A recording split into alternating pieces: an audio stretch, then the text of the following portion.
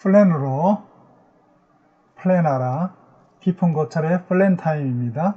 안전하고 두려움 없는 그런 투자 세상을 소개하고 있습니다.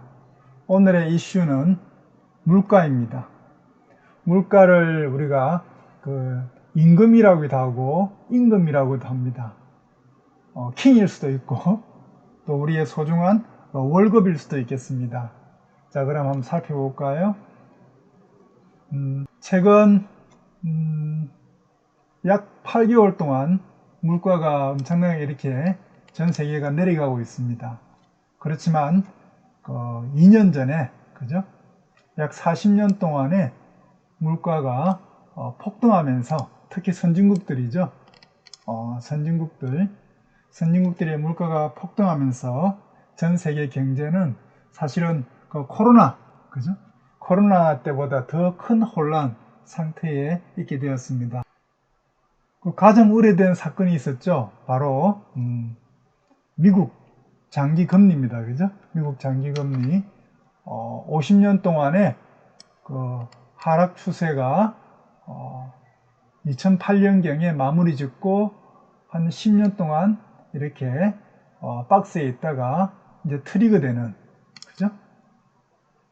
상승 추세로 트리거 되는 그런 어떤 상황이 이번에 발생을 한 겁니다. 사실 어제자로 보면은 전 세계 최고 기관 가장 큰 투자 기관이죠. 블랙록이나 핑크 같은 데서는 연준의 금리 인상이 끝났다라고 선언을 했습니다. 선언을 했는데 저희는 사실은 큰 흐름을 보는 입장에서는 전혀 다른 시각을 가지고 있습니다. 왜 이렇게 저희가 글로벌 투자기관하고 저희는 7% 심지어 이게 10%까지 보이네요. 만약에 미국 금리가 이렇게 갔을 때 전 세계가 어떤 상황이 벌어질지 참으로 놀라운 상황인데 왜 이렇게 저희가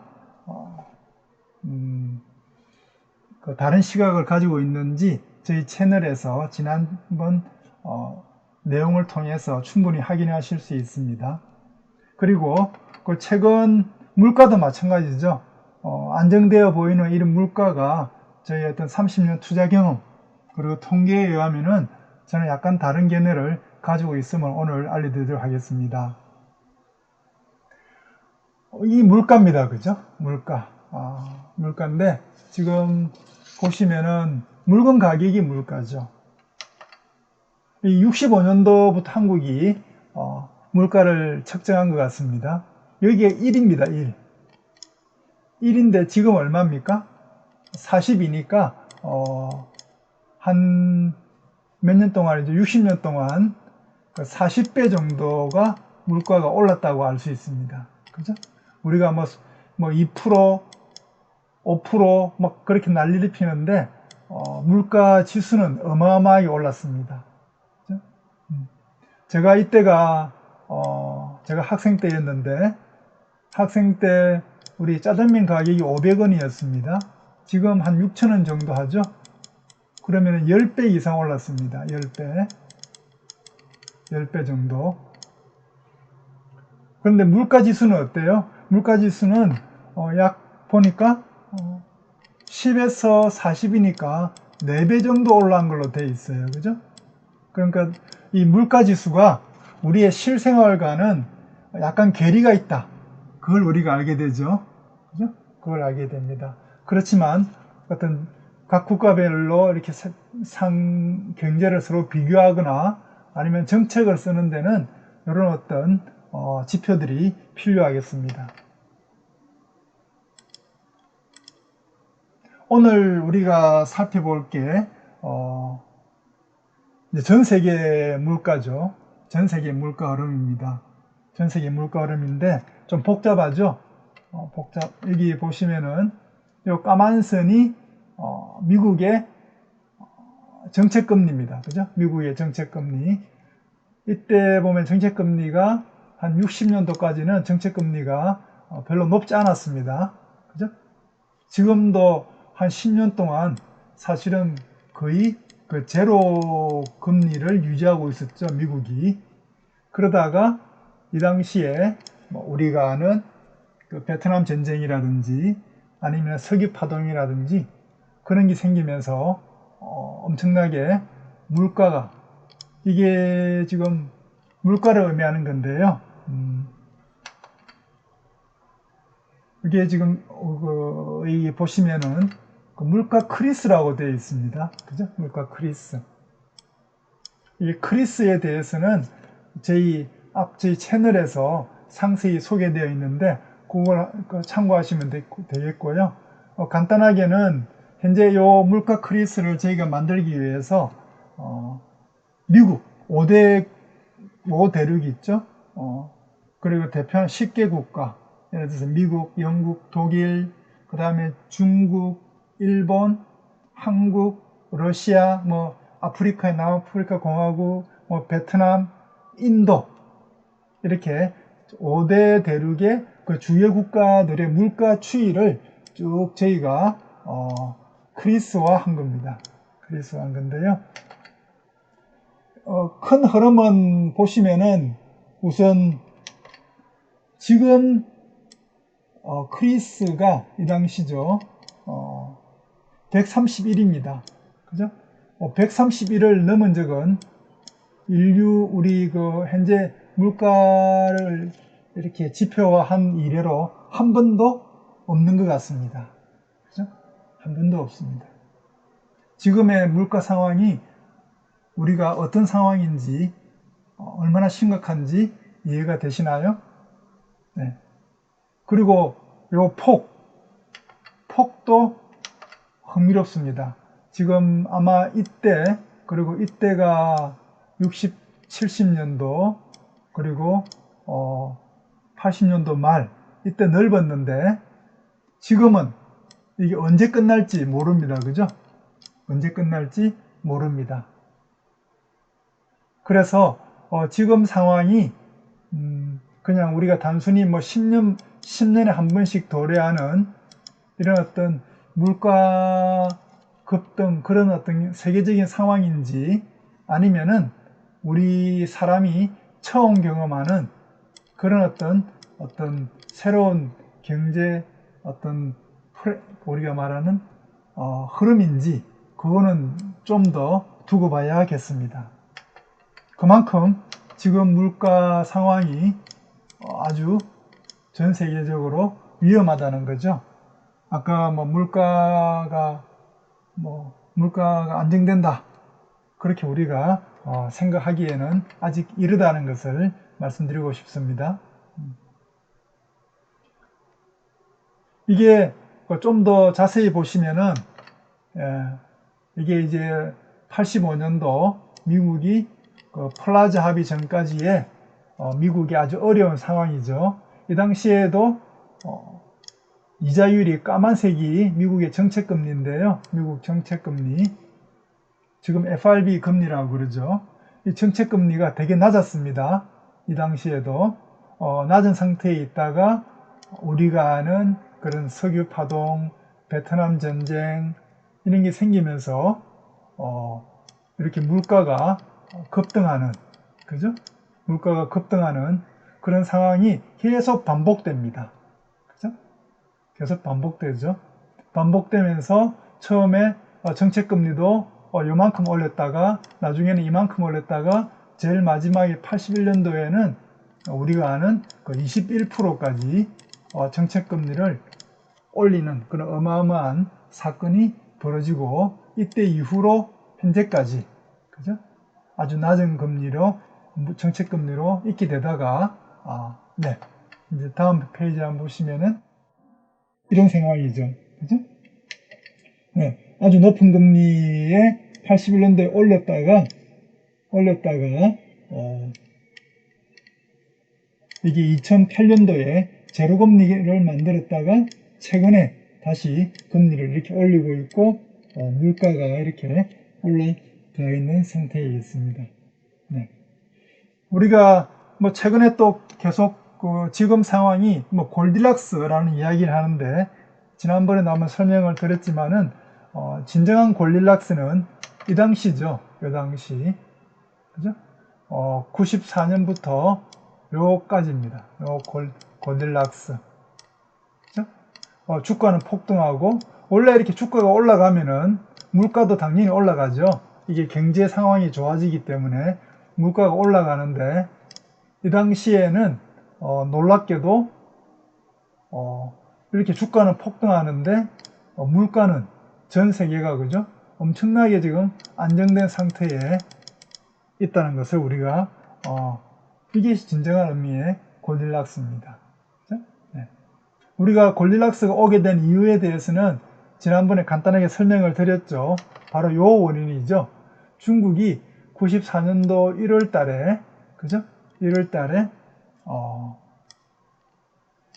중국 위안화를 갖다가 50% 절하를 했죠. 그죠?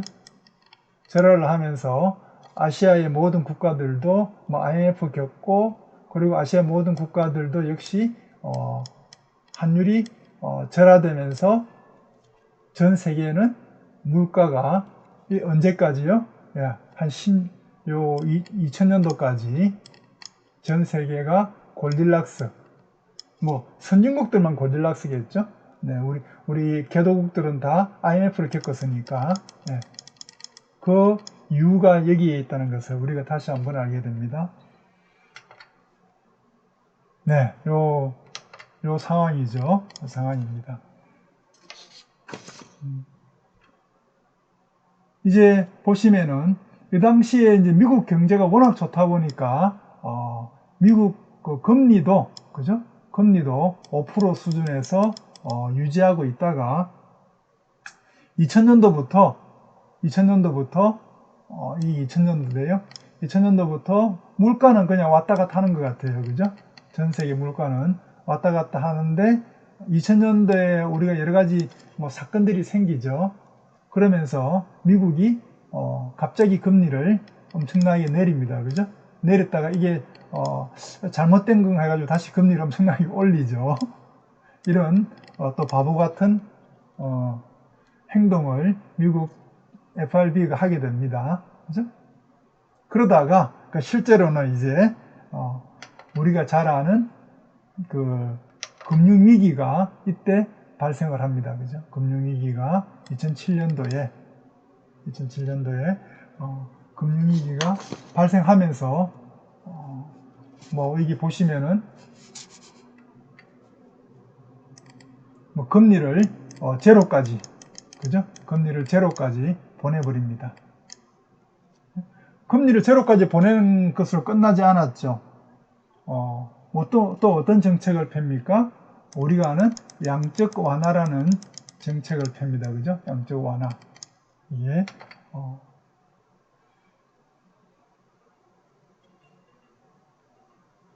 그런데 이 양적 완화 정책이 물가에는 큰 영향을 안 줬던 것 같아요. 그죠? 물가에는 이 양적 완화 정책이 물가는 이렇게 큰 변동이 없죠.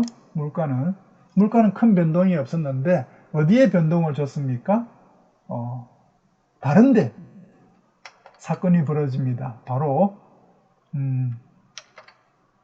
전 세계 선진국 국채의 절반이 마이너스 금리를 구경하게 됩니다. 그죠?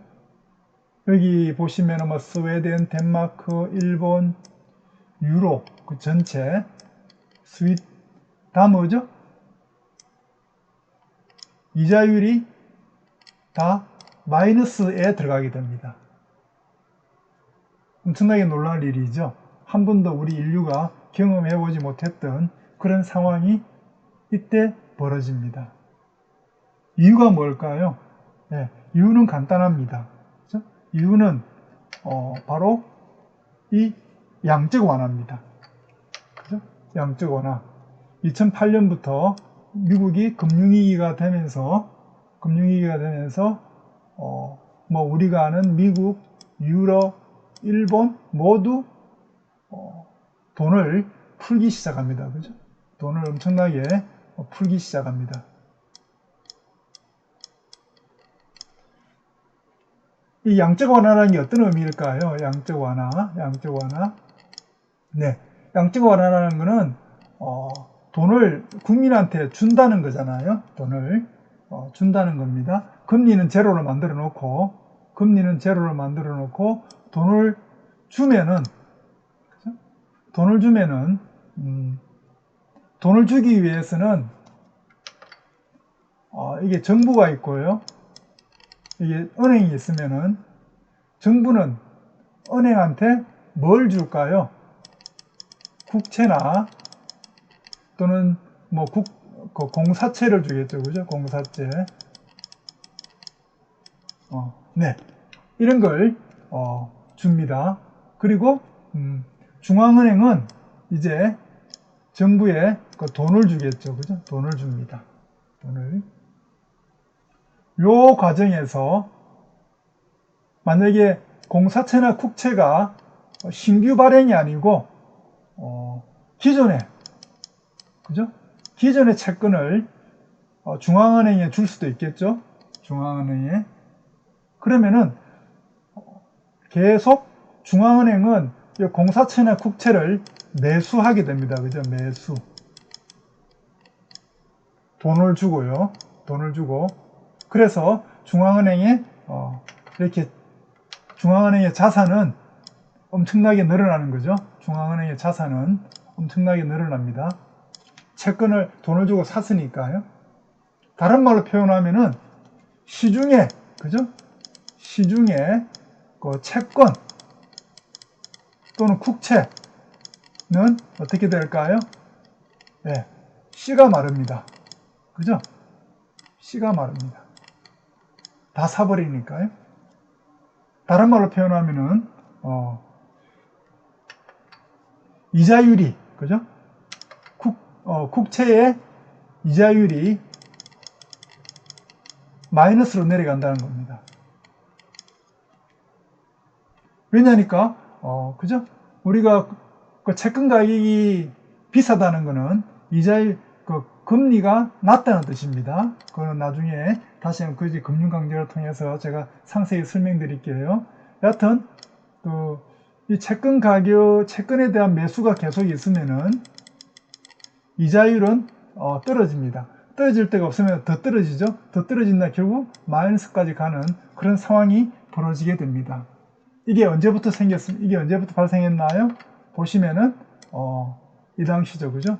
양적 완화를 가장 많이 했을 당시, 또 국채는 제로금리를 만들어 놓고, 그러다 보니까 마이너스까지 갈 수밖에 없는 그런 상황이 우리가 인류가 처음 경험하게 되죠. 자, 이런 상황에서 사람들은 어떤 행동을 할까요? 그죠? 사람들은 당연히 그 나라의 통화를 믿지를 못합니다. 통화를. 왜냐니까 국채가 마이너스가 된다는 것은, 그죠? 예를 들어서 이 당시에 미국이 이자율을 갖다가 20%까지 올리지 않습니까?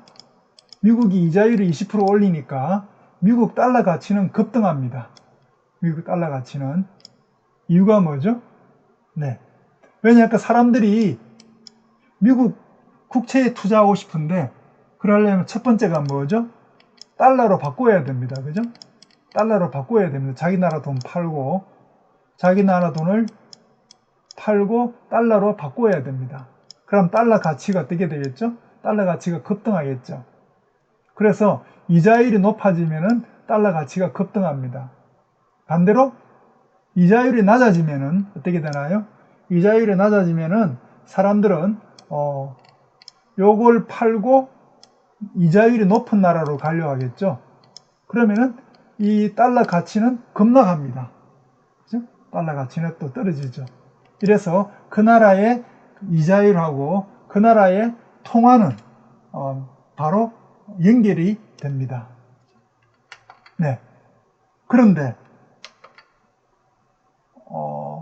아까 살펴봤듯이 이 당시, 그죠?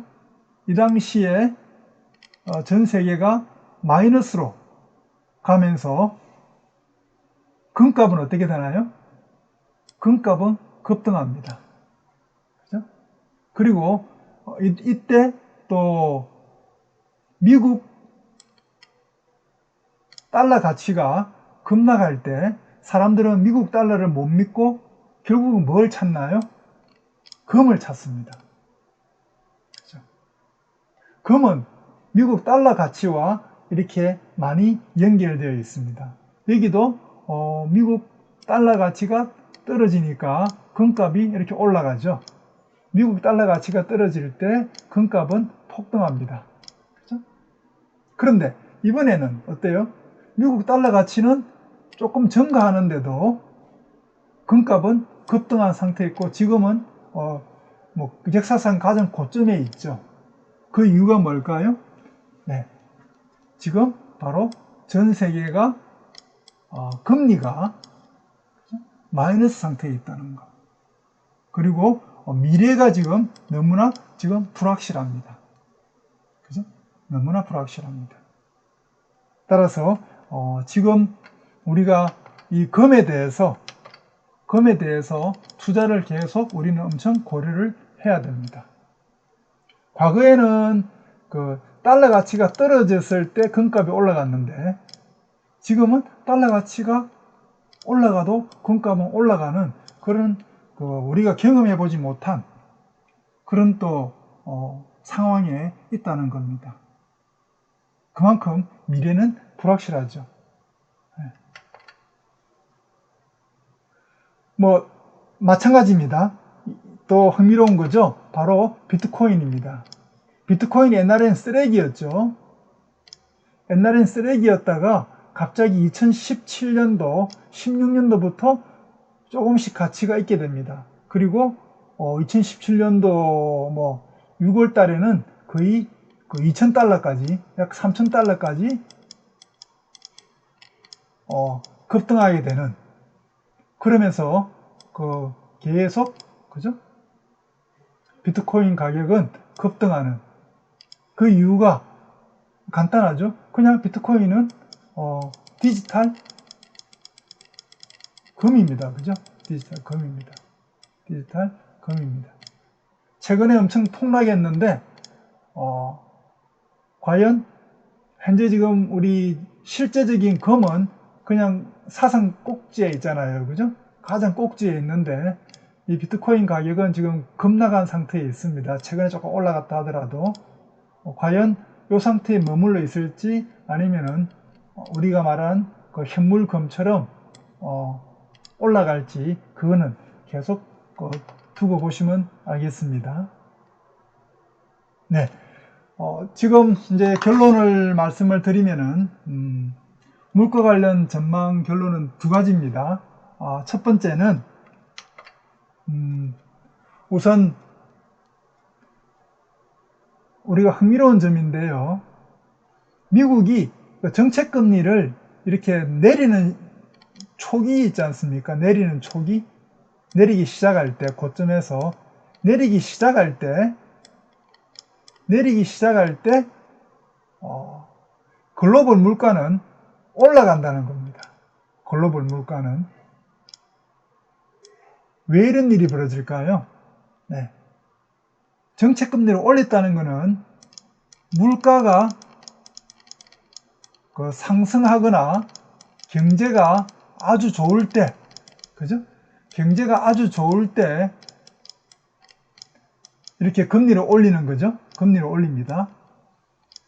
그런데 사실은 우리가 실제적으로 보면은 그게 아닌 것 같이 느낌이 듭니다. 그죠?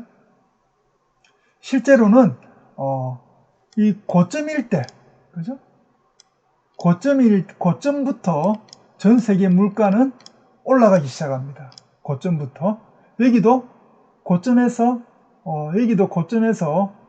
이렇게 그 정책금리를 내리니까 얘는 다시 올라가죠. 다시 올라갑니다. 그래서 우리가 흥미로운 점은 과연 지금은 아직 정책금리를 이렇게 내리지도 않았습니다. 그죠? 내리지도. 계속 지금 더 올릴 것 같고 아마 내년에 이렇게 내린다고들 기대하고 있는데 그러면은 내년까지는 우리 글로벌 크리스, 물가 크리스는 더 올라갈 것 같은. 그죠? 그러니까 아직 한참 남았다는 겁니다. 물가는. 그죠? 물가가 실제적으로 안정으로 내려오기 시기에는 아직 뭐 한 2년은 더 있어야 되지 않나. 2, 3년은. 그러니까 그동안 과연 세상은 어떤 상황일까? 그걸 우리가 고민해 봐야 되겠습니다. 또 하나는 좀 더 심각한 내용인데요. 저희가 다른 투자 강의에서 수없이 이렇게 살펴보실 수 있습니다. 저희 채널에서.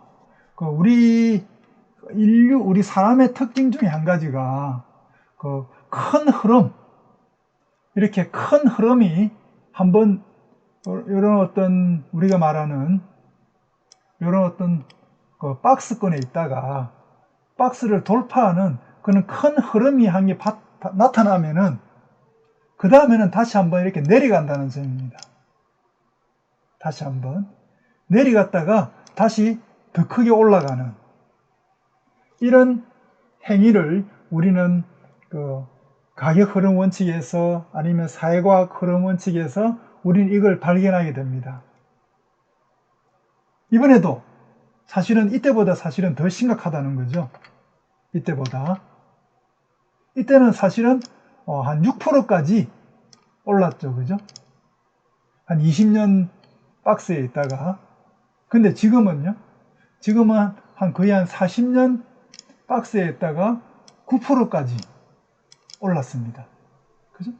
그리고 다시 이렇게 하락하는데 급등했다가 다시 이렇게 되돌린 과정, 다시 급등하는 과정.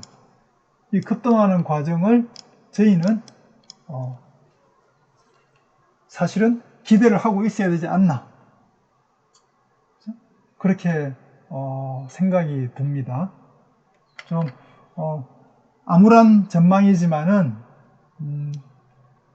우리가 우리 과거 경험, 그죠? 과거 경험상 이런 거는 우리가 통계적으로 또 뭐 인정해야 될 거는 우리가 인정해야 되겠죠. 과거에 이런 과정이 있었다면은, 그죠? 과거에 이런 과정이 있었다면은 지금 우리가 이런 과정을 그냥 무시할 수 있다? 그거는 아닌 것 같습니다. 다시 한번 말씀드리지만은 이 당시에는 그 20년 동안에 어떤 이런 상황이었고 지금은 40년 동안에 훨씬 더 강력한 그런 어떤 그 힘을 가지고 급등했기 때문에 지금 잠시 한 8개월 조정받았지만은 다시 올라간다면은 어디까지 갈지, 그리고 이거에 대해서 미국의 FRB가 어떻게 반응할지, 그죠? 미국 정책이 그러면 주식은 어떻게 반응할지, 이런 거에 대해서 우리가 지금은 뭐 골딜락스 좋죠. 오면 좋은데요. 골딜락스도 우리가 기대해야 되겠지만은 사실은 이 부분을 우리가 늘 유의하면서 좀 더 조심스럽게 세상을 바라봐야 되겠다라는 게 오늘의 저의 결론입니다. 결론은 뭐 아까 여기서 한 가지죠, 그죠? 여기서 과거에 지금 현재 조금 금리를 더 올렸다가 아마 내년에 금리를 혹시 내린다면은 그렇다 하더라도 요거 우리 전 세계 물가는 과거의 어떤 경험상 물가는 내려가지 않을 거다. 도리어 올라갈 거라는 그런 어떤 통계적인 내용이 있고요. 두 번째는 우리 사람의 어떤 특성상, 그죠? 우리 어떤 사람의 특성상 이런 박스권에 있다가 박스를 이렇게 크게 돌파했을 때 되돌림은 있지만은 다시 크게 올라간다. 그죠? 그거는 아마 저희 그 채널에서 이런 과정을 저희는 뭐 수백 번 저희가 이렇게 알려드릴 수 있는 그런 내용인데요. 여하튼 지금도 우리가 경제 흐름에서 이번에는 더 크게, 그죠? 40년 그리고 9% 이때보다 훨씬 더 이때가 뭐 뱁새라면은 지금은 우리가 황새처럼 훨씬 더 큰 보폭으로 움직일 것 같은 그런 걸 우리가 생각할 수 있어야 된다는 게 저의 의견입니다. 오늘 일단 물가 이슈에 대해서 우리가 8개월 동안 안정되고 지난달에 조금 반등했죠. 그리고 이번 달에 다시 좀 반등하는 것 같아요. 이런 반등이 그 작은 반동일 것인지 아니면은 이런 어마어마한 반동일 것인지에 대해서 우리가 이제 뭐죠? 약간은 기대하기도 하고 약간은 조심하면서 물가를 봐야 될 것 같습니다. 자, 이것으로 물가에 대한 이슈는 마치도록 하겠습니다.